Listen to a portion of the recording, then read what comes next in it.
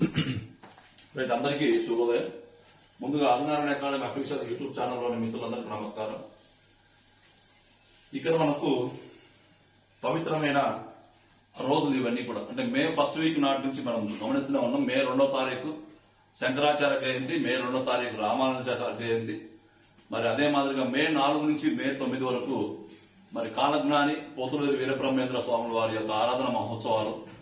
అదే మాదిరిగా వాసవి మాత గారి యొక్క ఆత్మార్పణ దినోత్సవం సందర్భం ఈరోజు మే 7వ తారీఖు. ఈ ఆత్మార్పణ జరిగిన సందర్భాలు ఇవన్నీ కూడా అంటే చాలా పవిత్రమైన దినాలు. అటువంటి పవిత్రమైన దినాల సందర్భంగా మరి గౌరవ ముఖ్యమంత్రి గారి నేతృత్వంలో మనం ఎవరైతే ఈ యొక్క దేవాదాయ ధర్మాదాయ శాఖలో సేవ చేయాలనుకునే వారి కోసం 104 ఎండోర్మెంట్ ఈఓ గ్రేడ్ 3 ఉద్యోగాల ప్రకటన త్వరలో రాబోతుందని ఒక తీపి కబుర్ను మనకు అందించడం మనం అందరం కూడా చాలా ఆనందంగా ఉండే సమయం ఇది.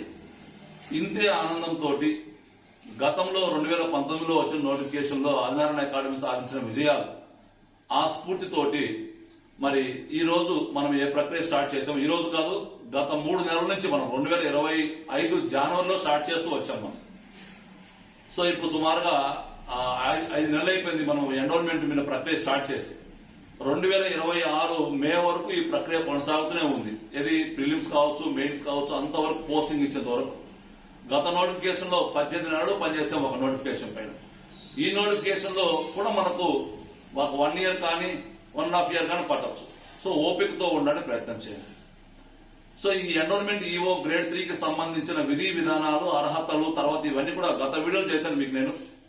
ఈ వీడియో యొక్క సారాంశం ఏంటంటే, నిన్న రోజు మరి దేవాదాయ ధర్మాదాయ శాఖ అధికారులు కావచ్చు, మంత్రులు కావచ్చు, గౌరవ ముఖ్యమంత్రి గారితో కూర్చున్నప్పుడు సమీక్ష చేసినప్పుడు ఈ యొక్క శాఖ పైన ముఖ్యమంత్రి గారు చేసిన సూచనలు ఏంటి, మరి ఆ ముఖ్యమంత్రి గారు చేసిన సూచనలు మన సిలబస్ కు సంబంధించిన అంశాలు ఏంటి. ఎప్పుడైనా మీరు గుర్తుపెట్టుకోండి, మనకు దేవాలయాలకు సంబంధించి ఏ అంశాలు వచ్చినా అన్ని మనకు అవసరం లేదు. మన సిలబస్ లో ఈ దేవాలయాలకు సంబంధించిన సిలబస్ లో మొత్తము ఒక 12 చాప్టర్లు ఉండే హిందూ ఫిలాసఫీ. ఈ హిందూ ఫిలాసఫీలో ఉండే 12 చాప్టర్స్ లో మనకు అప్డేటెడ్ అంశాలు ఏవైతే పేపర్లో వచ్చే అంశాలు మనకు ఇచ్చిన ఈ 12 చాప్టర్లు ఎక్కడ మనకు ఉపయోగపడతాయో వాటిని లింక్ చేసుకునే క్యాపబిలిటీ మనకు పెరగాలి. ఎప్పుడు పెరుగుద్ది? అక్కడ క్లాసు చెప్పిన అనుభవము ఇక్కడ టీచ్ చేసే వాళ్ళకు ఉండాలి. అక్కడ క్లాసు చెప్పిన అనుభవం ఉంటే పేపర్లో వచ్చిన అంశము మన సిలబస్ లో మనకు ఎక్కడ ఉపయోగపడుతుందో మనకు అర్థమవుతుంది. క్లాసు చెప్పే అనుభవం లేకపోతే ఇక్కడ పేపర్లో వచ్చే అంశము మన సిలబస్ లో మనకు ఎక్కడ ఉపయోగపడుతుందో మనం చెప్పలేము. కాబట్టి ఇక్కడ ఎప్పుడైనా గుర్తుపెట్టుకోండి, ఒక కొత్త ట్రెండ్ ఏంటంటే ఏ సిలబస్ అయినా, అది స్టాండర్డ్ సిలబస్ అయినా కానీ అప్డేటెడ్ అంశాలని స్టాండర్డ్ అంశాలతో లింక్ చేసుకొని మనం నోట్స్ ప్రిపేర్ చేసుకుంటూ వెళ్ళాలి. అప్పుడు మాత్రమే మనం ఇప్పుడున్న ప్రజెంట్ ట్రెండ్ లో విజయం సాధించడానికి అవకాశం ఉంటుంది. ఆదినారాయణ అకాడమీ ఎప్పుడు కూడా అప్డేటెడ్ ఏరియాస్ లో చాలా యాక్టివ్ గా ఉంటుంది. అది జనరల్ స్టడీస్ కావచ్చు, హిందూ ఫిలాసఫీ కావచ్చు. హిందూ ఫిలాసఫీ మన స్టాండర్డ్ పార్ట్ మొత్తం మీకు వీడియోస్ మొత్తం అప్లోడ్ చేస్తున్నాం ఆల్రెడీ. నోట్స్ మొత్తం హ్యాండ్ మేడ్ నోట్స్ మొత్తం మైండ్ మ్యాపింగ్ తో కుదిరే హ్యాండ్ మేడ్ నోట్స్ మొత్తం మీకు అప్లోడ్ చేస్తున్నాము. అదే మాదిరిగా త్వరలోనే, ఎందుకంటే మనకు నోటిఫికేషన్ జూలై నాటికి ఇది మొత్తం కంప్లీట్ చేసుకుంటే నెక్స్ట్ ప్రక్రియ మనం టెస్ట్ సిరీస్ ఉంటుంది. ఆ తర్వాత మళ్ళీ మనము జనరల్ సర్వీస్ టెస్టులు, ఇవన్నీ కూడా ఒక సిస్టమేటిక్ గా క్లాసులు, టెస్టులు, నోట్స్లు ఇవన్నీ కూడా సిస్టమేటిక్ గా మీకు అందిస్తుంది ఆధారణ కాదు. దానిలో భాగంగా మనకు నిరంతరం పేపర్లో వచ్చి ఈ దేవాలయాలకు సంబంధించిన సిలబస్ లో ఉండే అంశాలను మీకు తెలియపరచడానికి ఆదినారాయణ సిద్ధంగా ఉంది. దానిలో భాగంగా నిన్న రోజు గౌరవ ముఖ్యమంత్రి గారితో జరిగిన సంభాషణ కార్యక్రమంలో మన సిలబస్ కు ఉపయోగపడే అంశాలు ఏంటో రాస్తూ వస్తాం. దాంట్లో ఒకటి సిజిఎఫ్ అని రాశారు. సిజిఎఫ్ నేను ఇంతకుముందు మీకు ఆల్రెడీ ఒక వీడియో చేశాను, మీరు ఒకసారి మన పాత వీడియో చూస్తే కనిపిస్తుంది. సిజిఎఫ్ కామన్ గుడ్ ఫండ్ చెప్పండి. ఈ కామన్ గుడ్ ఫండ్ అంటే ఏంటి అంటే, కొన్ని దేవాలయాలకు ఆదాయం బాగా ఉంటుంది. ఆదాయం బాగా ఉండే దేవాలయాలలో ఒక కొంత పర్సెంట్, అది 2%, 3%, ఈ కొంత పర్సెంట్ ని ఆదాయాన్ని మరి అభివృద్ధికి నోచుకొని దేవాలయాల అభివృద్ధికి వాటిని ఖర్చు చేయాలి. ఫర్ ఎగ్జాంపుల్ కొన్ని దేవాలయాలకు బాగా పూర్ దేవాలయాలు అంటే వాటికి ఆదాయం ఉండదు, డెవలప్మెంట్ ఉండదు, అటువంటి దేవాలయాలను అభివృద్ధి చేయొచ్చు. సో దానిలో భాగంగా నిన్న జరిగిన ఈ సమావేశంలో తీసుకున్న నిర్ణయం ఏంటంటే, తిరుమల తిరుపతి దేవస్థానం ఆధీనంలో ఉండే కామన్ గుడ్ ఫండ్ ద్వారా 175 నియోజకవర్గాలలో ప్రతి నియోజకవర్గంలో ఒక దేవాలయాన్ని నిర్మించాలి. తిరుమల తిరుపతి దేవస్థానం యొక్క కామన్ గుడ్ ఫండ్ ద్వారా ప్రతి నియోజకవర్గంలో ఒక దేవాలయాన్ని నిర్మించాలి. ఇది ఒక నిర్ణయం తీసుకున్నాం. ఈ కామన్ గుడ్ ఫండ్ అంటే ఏంటో నేను గతంలో చెప్పాను, ఒకసారి మీరు దాన్ని చూడండి. ఇక నెక్స్ట్ మనకు ఉపయోగపడే ఇంకొక అంశం ఏంటంటే ధూప దీప నైవేద్యం. ఈ రోజు మన ఆంధ్రప్రదేశ్ లో సుమారుగా ఎన్ని దేవాలయాలు మనకు ఒక 26,000 దేవాలయాలు, దగ్గర 25,000 దేవాలయాలు ఉన్నాయి. ఈ 25,000 దేవాలయాల్లో 24,538 దేవాలయాల్లో సీసీ కెమెరాలు లేవంట. సో ఈ ఏవైతే దేవాలయాల్లో సీసీ కెమెరాలు లేవో అటువంటి దేవాలయాలన్నింటిలో కూడా తప్పనిసరిగా సీసీ కెమెరాలు ఏర్పాటు చేయండి. అంతేకాదు ఇంకా ప్రతి దేవాలయం ఏవైతే ఆంధ్రప్రదేశ్ లో ఉండే ప్రతి దేవాలయంలో కూడా ధూప దీప నైవేద్యాన్ని ప్రారంభించాలి. ధూపదీప నైవేద్యం కోసము ఈ ధూపదీప నైవేద్య పథకం అంటే ఏంటి, ఇది కూడా నేను గతంలో మీకు వీడియో చేశాను. మన పాత వీడియోస్ ఉన్నాయి, ఒకసారి చూడండి. ఒక 10,000 రూపాయల డబ్బులు వస్తే ఆ 10,000 రూపాయల డబ్బులతో ప్రతిరోజు దేవుని గుడిలో మరి ధూపం వెలిగించాలి, దీపం వెలిగించాలి, దేవుడికి ప్రసాదం పెట్టాలి. ఇవన్నీ కూడా ధూపదీప నైవేద్యాలు. ధూపదీప నైవేద్యాన్ని ఇంప్లిమెంట్ చేయండి. సీసీ కెమెరాలను బిగించండి. కామన్ గుడ్ ఫండ్ ద్వారా తిరుమల తిరుపతి దేవస్థానం యొక్క కామన్ గుడ్ ఫండ్ ద్వారా మరి ప్రతి నియోజకవర్గంలో ఒక దేవాలయాన్ని నిర్మించమని రాస్తూ వచ్చారు. ఇక అంతేకాదు ఈ రోజు మనకు ఆంధ్రప్రదేశ్ లో 175 దేవాలయాల్లో, మొత్తం ఉన్న దేవాలయాలు 175 దేవాలయాల్లో వాట్సాప్ గవర్నెన్స్ ఇంప్లిమెంట్ చేస్తాం. వాట్సాప్ గవర్నెన్స్ మీకు తెలుసు. వాట్సాప్ గవర్నెన్స్ సంబంధించిన ఒక టోల్ ఫ్రీ నెంబర్ ఉంది. ఆ టోల్ ఫ్రీ నెంబర్ మీరు హాయ్ అని పెట్టారనుకోండి, మీకు ఏం సర్వీస్ కావాలో అడుగుతుంది. సో కాబట్టి ఈ వాట్సాప్ గవర్నెన్స్ ద్వారా మనం ఏం చేసుకోవచ్చు, దేవాలయాల్లో మనము ముందుగానే మనము దర్శనం టికెట్స్ బుక్ చేసేసుకోవచ్చు. అక్కడ మనకి ఏదైనా వస్తువులు కావాలంటే వస్తువులు బుక్ చేసేసుకోవచ్చు. అట్లా వాట్సాప్ గవర్నెన్స్ కింద పరిధిలో ఉన్న దేవాలయాల సంఖ్య 175 దేవాలయాల్లో ఈ రోజు వాట్సాప్ గవర్నెన్స్ అనేది ఇంప్లిమెంట్ అవుతుంది. దాన్ని ఇంకా బాగా స్ట్రెంథెన్ చేయాలని రాస్తూ వచ్చారు. ఈ రోజు ఆంధ్రప్రదేశ్ లో ఉన్న మొత్తం 25,000 దేవాలయాల్లో 22 దేవాలయాలలో వీటి యొక్క ఆదాయము 7 కోట్ల కన్నా ఎక్కువగా వస్తుందంట. ఈ 7 కోట్ల కన్నా ఎక్కువగా వస్తున్న ఈ 22 దేవాలయాలు, ఒకసారి జాగ్రత్తగా చిన్న మిస్టేక్ ఇక్కడ.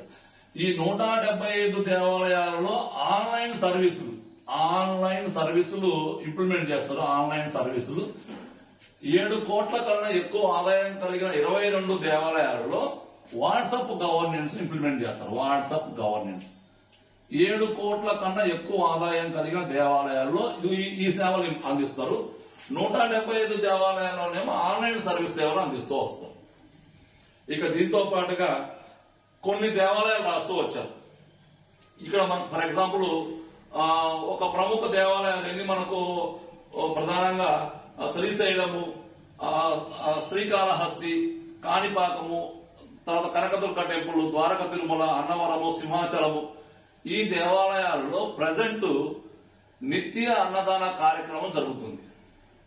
ఈ నిత్య అన్నదాన కార్యక్రమాన్ని రాబోయే కాలంలో మరొక 15 దేవాలయాలకు వాటిని పెంచాలి.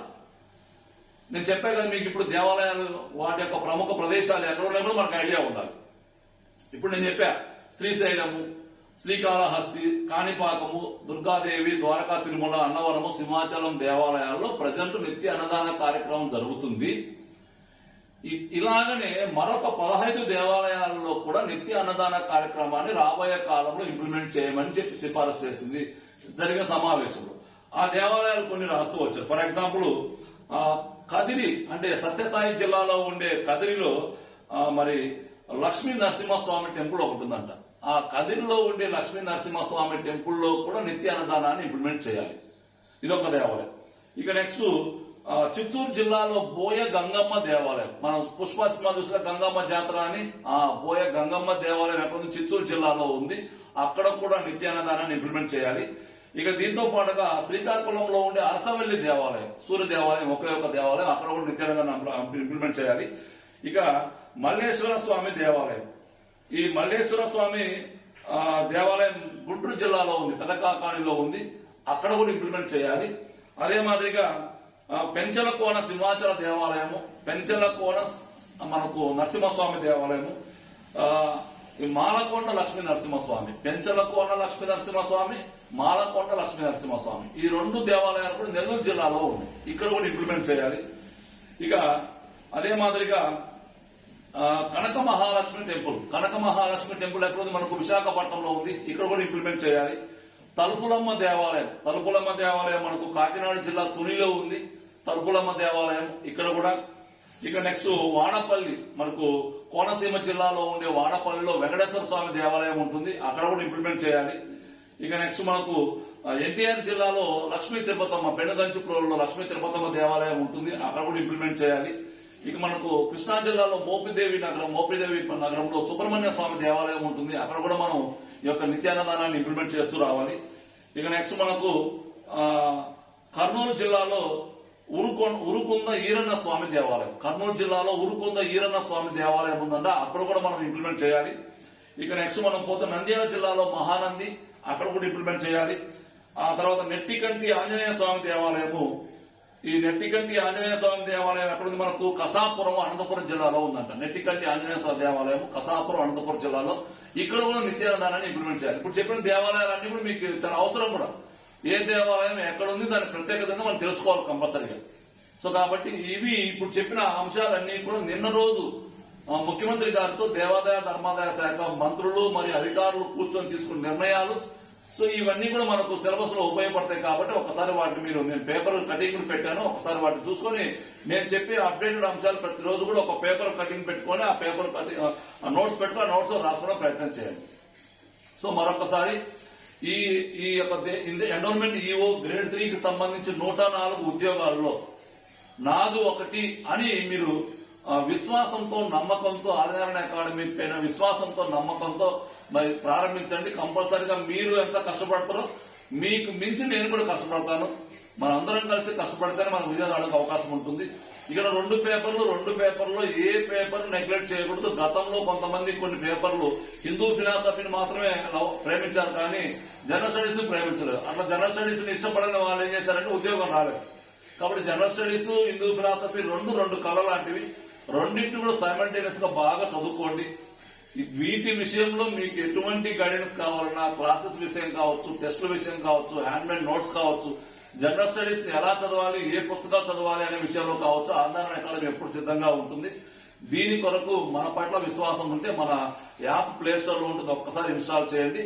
మీకు ఏదైనా డౌట్స్ ఉంటే నాకు ఒకసారి కాల్ చేయండి. ఆల్రెడీ క్లాసెస్ జరుగుతున్నవి, మీకు ఆన్లైన్ క్లాసెస్ ఇవన్నీ కూడా ఆన్లైన్ క్లాసెస్ కు సంబంధించిన విషయాలు ఎప్పటికెప్పుడు మీకు నేను తెలియపరుస్తున్నాను. కాబట్టి ఆన్లైన్ క్లాసెస్ కోసం మన యాప్ ఇన్స్టాల్ చేయండి.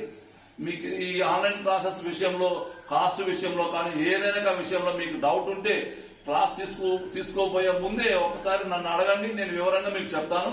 నేను చెప్పిన తర్వాత మీకు దాని పట్ల విశ్వాసం ఉండి నమ్మకం ఉంటే మాత్రమే యాప్లోకి వెళ్ళడానికి ప్రయత్నం చేయండి. ఇటువంటి అప్డేటెడ్ అంశాలు మీకు నిరంతరం రావాలి అంటే ఒక్కసారి మన యూట్యూబ్ ఛానల్ సబ్స్క్రైబ్ చేయండి, మీ మిత్రులకు తెలియపరచండి. ఓకేనా? Thank you.